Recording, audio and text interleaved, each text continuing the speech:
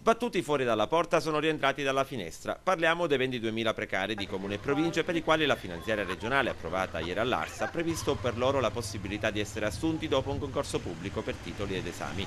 Nella stesura iniziale della manovra finanziaria erano stati cancellati sulla base di una decisione della Cassazione, ma la norma prevede che i precari siano a carico degli enti locali e territoriali e si sa, in questo periodo le casse di comune e province sono quasi a secco. A Palazzo dei Giganti, quanti sono intanto i precari? Sono circa 220.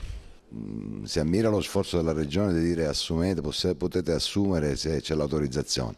Il problema è capire poi la praticabilità di una norma di questo genere sotto diversi aspetti.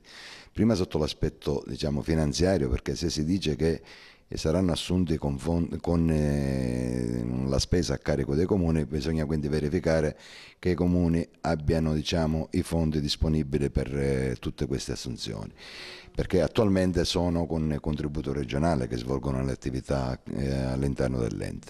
Poi l'altro problema è il coordinamento con le norme nazionali, perché le norme finanziarie danno la possibilità ai comuni di assumere soltanto se si trovano in particolari condizioni rispetto al patto stabilità, non debbono sforare la spesa del personale, e poi le sostituzioni secondo il cosiddetto turnover che è stabilito appunto dalla finanziaria 2011 e 2012.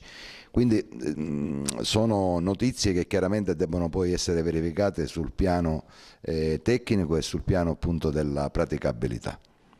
Però è innegabile un fatto che senza queste 220 persone il comune di Agrigento forse potrebbe anche chiudere tutte le porte.